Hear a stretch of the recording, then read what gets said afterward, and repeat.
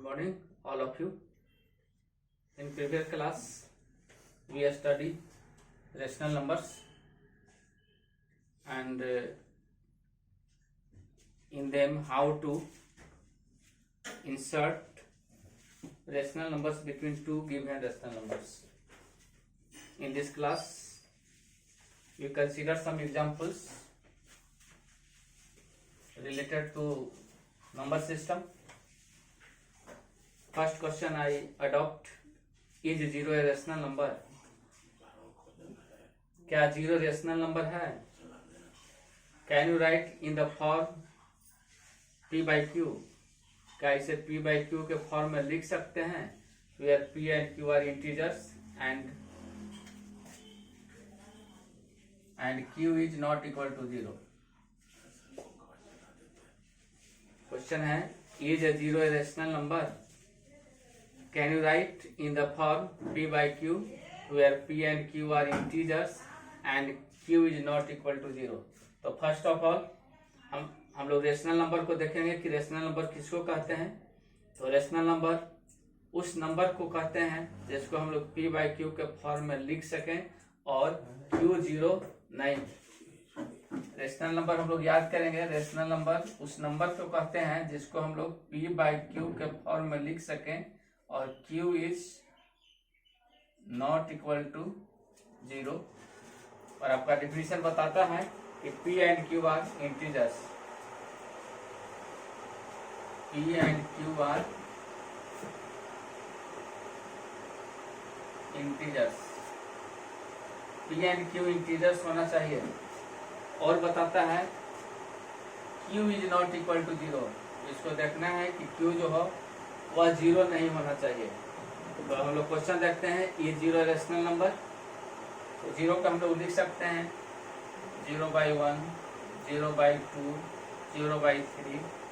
और अपना डिफिनेशन से इसको हम लोग तुलना करते हैं. तो p इक्वल 0 है, q इक्वल 1 है एंड सो ऑन. 0, 2 है, 0, 3 है. अब इसको हम लोग कंसीडर करते हैं, देखते हैं कि p इक्वल इंटीजर लिखा हुआ है तो 0 एक इंटीजर है, इसलिए p सेटिस्फाइड हो जा रहा है. उसके बाद q के बारे में हम लोग सोचते हैं कि q के जगह पर भी इंटीजर होना चाहिए. तो 1, 2, 3 जो भी अगर संख्या हम लोग ले रहे हैं या जो भी हम लोग लेना चाहते हैं तो q भी यहाँ पर इंटीजर हो रहा है. और इसमें एक रूल लगा हुआ है कि q 0 नहीं होना चाहिए. तो हम लोग यहाँ देखते हैं कि q जो है वह 0 नहीं है. तो पहला का आंसर हम लोग कर सकते हैं इज 0 रेशनल नंबर. तो हम लोग कर सकते हैं कि 0 is rational number.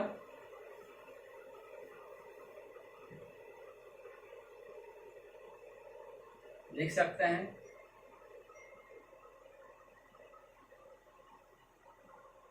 Yes.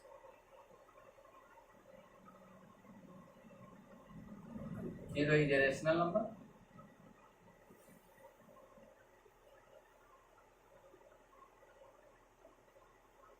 Question कहता है, can you write in the form p by q? क्या इसको p by q के फॉर्म में लिखा जा सकता है? Yes, it can be written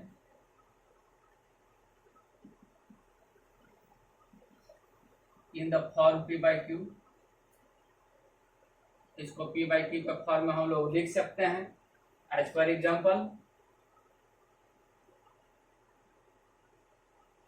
example हम लोग लिख सकते हैं 0/1, 0/2 एक्सेट्रा. तो इस तरह से हम लोग इसको कर सकते हैं. 0 रेशनल नंबर है और इसको p by q के फॉर्म में लिख सकते हैं. अगला क्वेश्चन सेकंड है, are the following statement true और फॉल्स. नीचे कुछ स्टेटमेंट्स दिया हुआ है. यह स्टेटमेंट जो है यह ट्रू है कि फॉल्स है, इसको हम लोग को देखना है.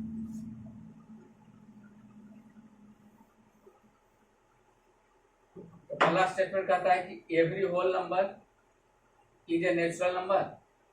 प्रत्येक होल नंबर जो है वह नेचुरल नंबर है. प्रत्येक होल नंबर जो है वह नेचुरल नंबर है. तो हम लोग होल नंबर के कलेक्शन के देखेंगे.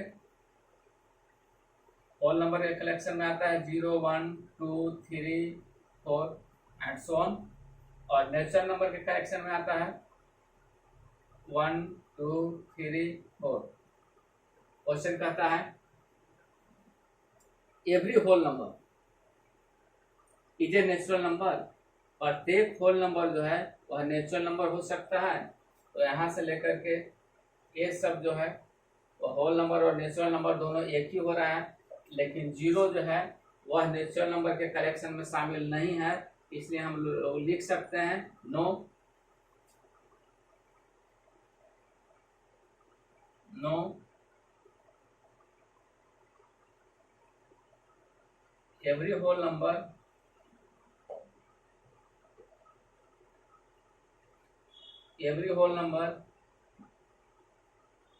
is not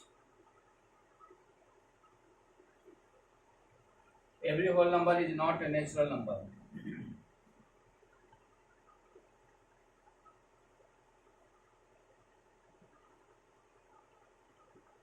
Every whole number is not a natural number.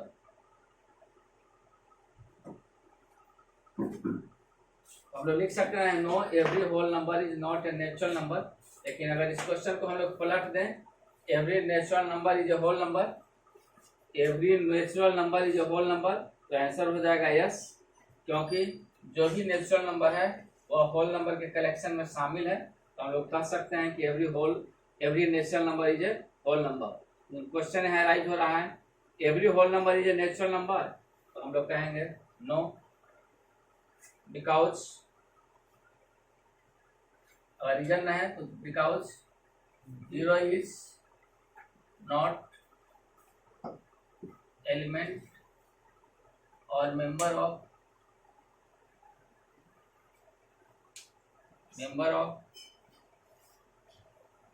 Natural number.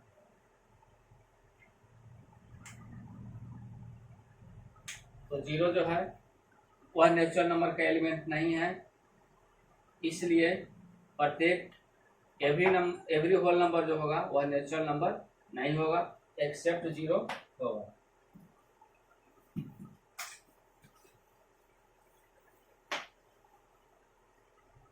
अगला क्वेश्चन है every rational number is an integer. Every rational number is an integer, तो हम लोग देखते हैं इंटीजर का क्या कलेक्शन होता है।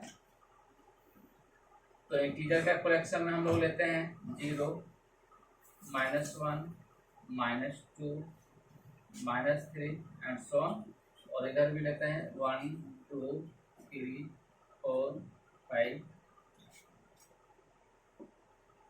और रेशनल नंबर के कलेक्शन में लेते हैं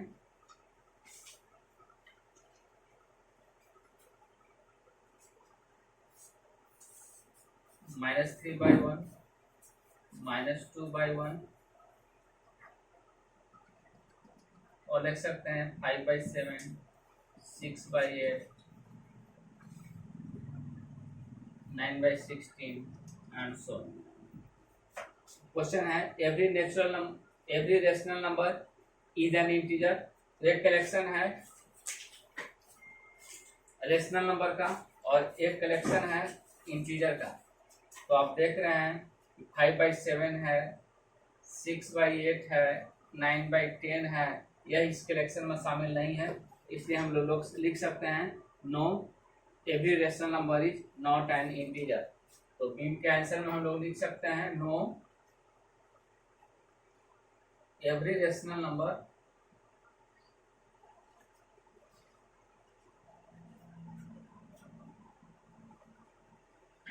is not an integer.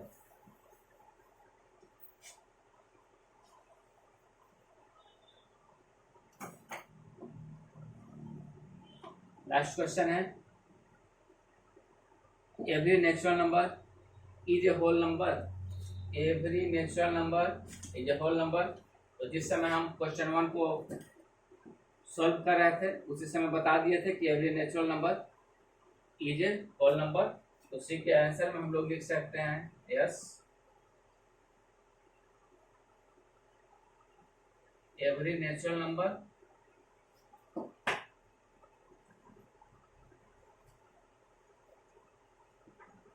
Is a whole number.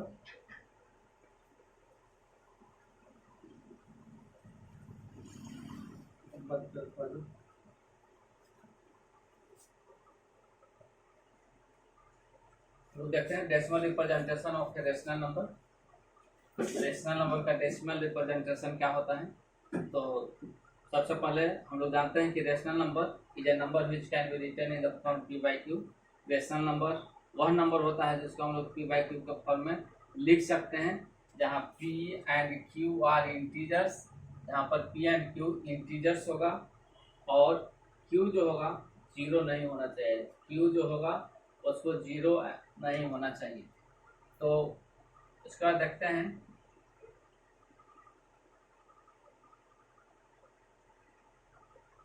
Rational number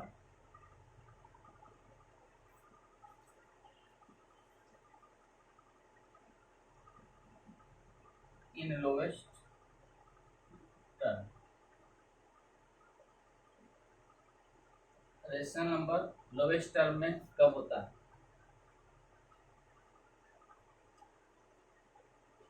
if numerator and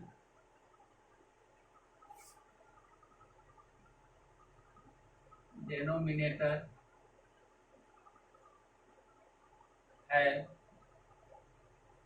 no common factor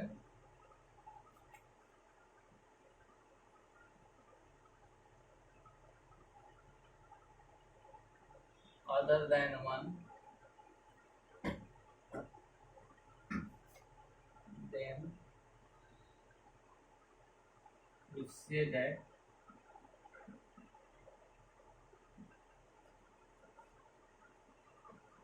rational number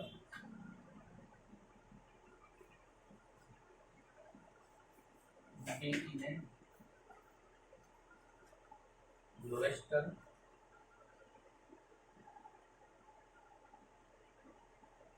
और सिंपलेस्ट फॉर्म।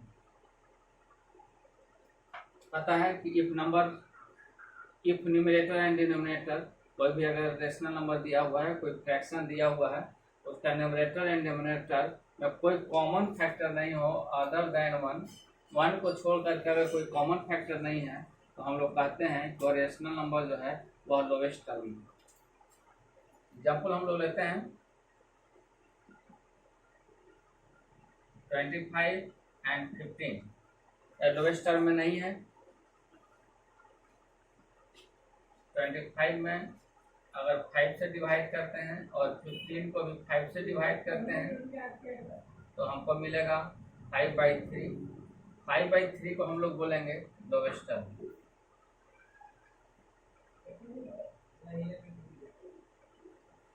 5/3 जो है यह लोवेस्ट टर्म हो गया, क्योंकि 5 और 3 में कोई भी कॉमन फैक्टर नहीं है एक के छोड़ करके। अगर 5 को फैक्टराइज कीजिएगा तो 1 और 5 होगा, और 3 को फैक्टराइज कीजिएगा, अगर 5 को हम लोग फैक्टराइज करते हैं तो इसका फैक्टर 1 होगा, 5 होगा। अगर 3 के हम लोग फैक्टराइज करते हैं इसका फैक्टर 1 होगा और 3 होगा। तो यहाँ पर देख रहे हैं कि इसका फैक्टर जो है केवल 1 ही कॉमन है, 1 के छोड़कर कोई भी कॉमन फैक्टर नहीं है। हम लोग कह सकते हैं कि 5/3 जो है वह लोवेस्ट टर्म में है या सिंपलेस्ट फॉर्म में है। दूसरा एग्जांपल हम लोग ले सकते हैं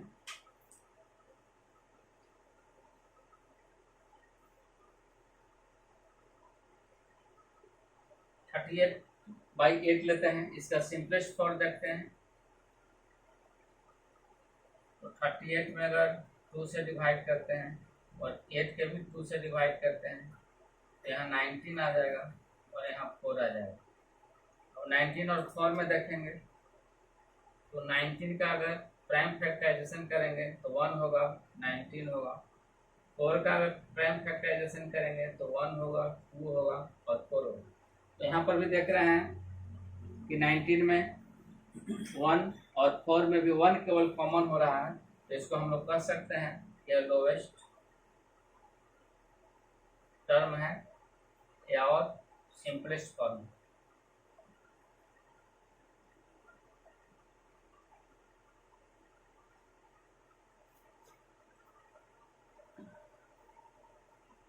तो आप समझ गए होंगे rational number in lowest term कब होता है और कैसे उसको लिखते हैं।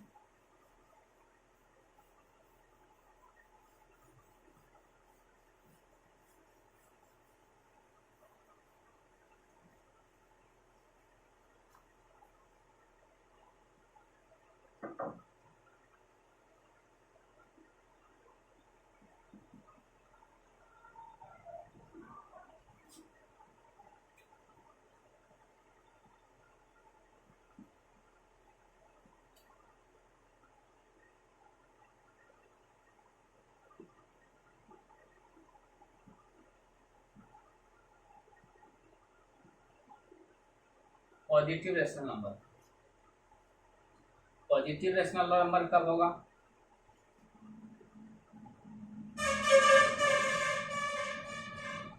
when both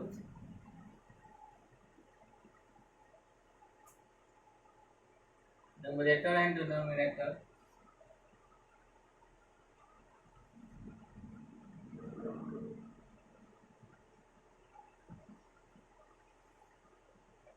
having the same sign,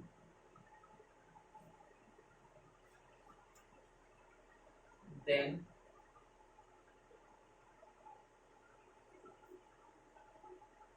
the rational number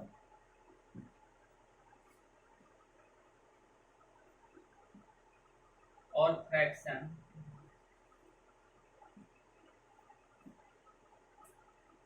be a positive। कहता है पॉजिटिव रेशनल नंबर क्या होता है, तो कहता है कि one Beth number numerator and denominator, दोनों न्यूमरेटर और डेनोमिनेटर जब सेम साइन में होगा तब कहें कि रेशनल नंबर और जो फ्रैक्शन है वह पॉजिटिव है। एग्जांपल देखते हैं।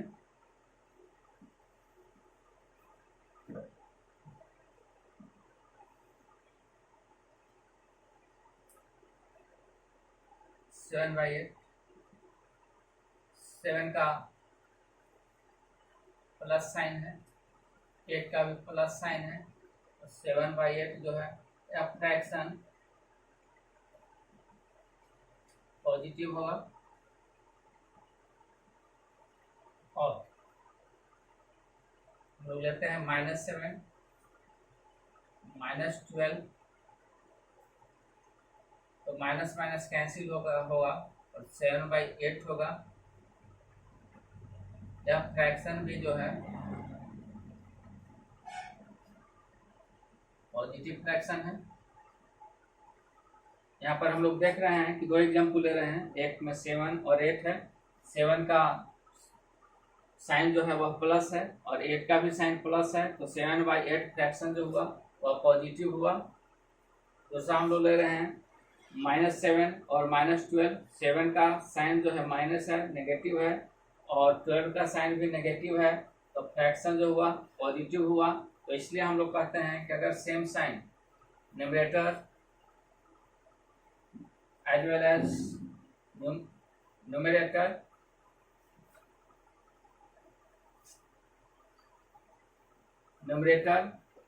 as well as denominator having the same sign, numerator और denominator दोनों का अगर साइन सेम है तो जो फ्रैक्शन मिलेगा वह सेम साइन का मिलेगा और फ्रैक्शन जो होगा वह पॉजिटिव हो जाएगा। अब देखते हैं।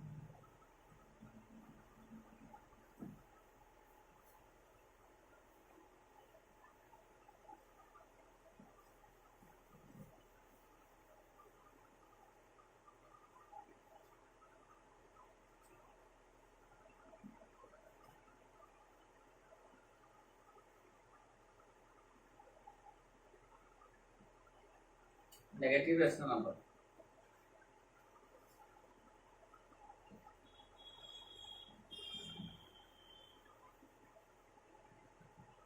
when numerator and denominator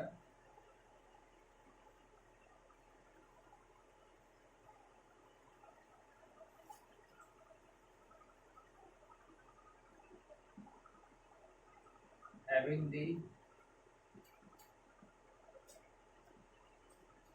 opposite sign, then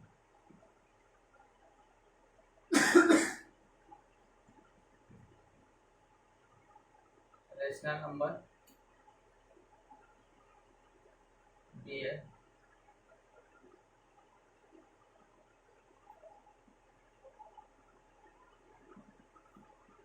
negative. पता है जब numerator and denominator having the opposite side, अगर दोनों का सिग्नेचर अपोजिट है तो रेशनल नंबर जो हम लोग को प्राप्त होगा वह नेगेटिव प्राप्त होगा। हम लोग एग्जांपल देखते हैं।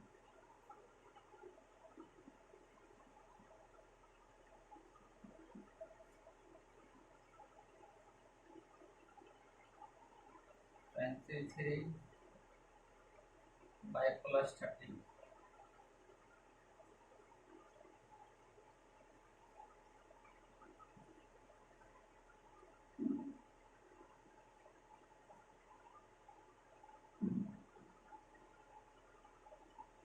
नेगेटिव फ्रैक्शन है, न्यूमरेटर का साइन जो है वह नेगेटिव है और डिनोमिनेटर का साइन जो है पॉजिटिव है। तो जब अपोजिट साइन रहता है तो जो हम लोग को फ्रैक्शन प्राप्त होता है वह नेगेटिव फ्रैक्शन प्राप्त होगा। दूसरा एग्जाम्पल ले सकते हैं।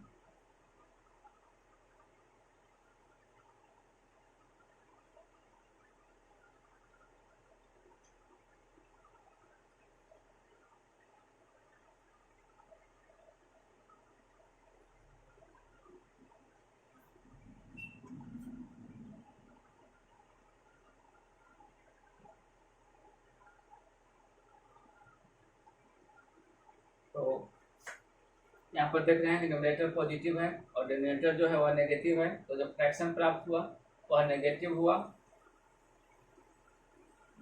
-14/27।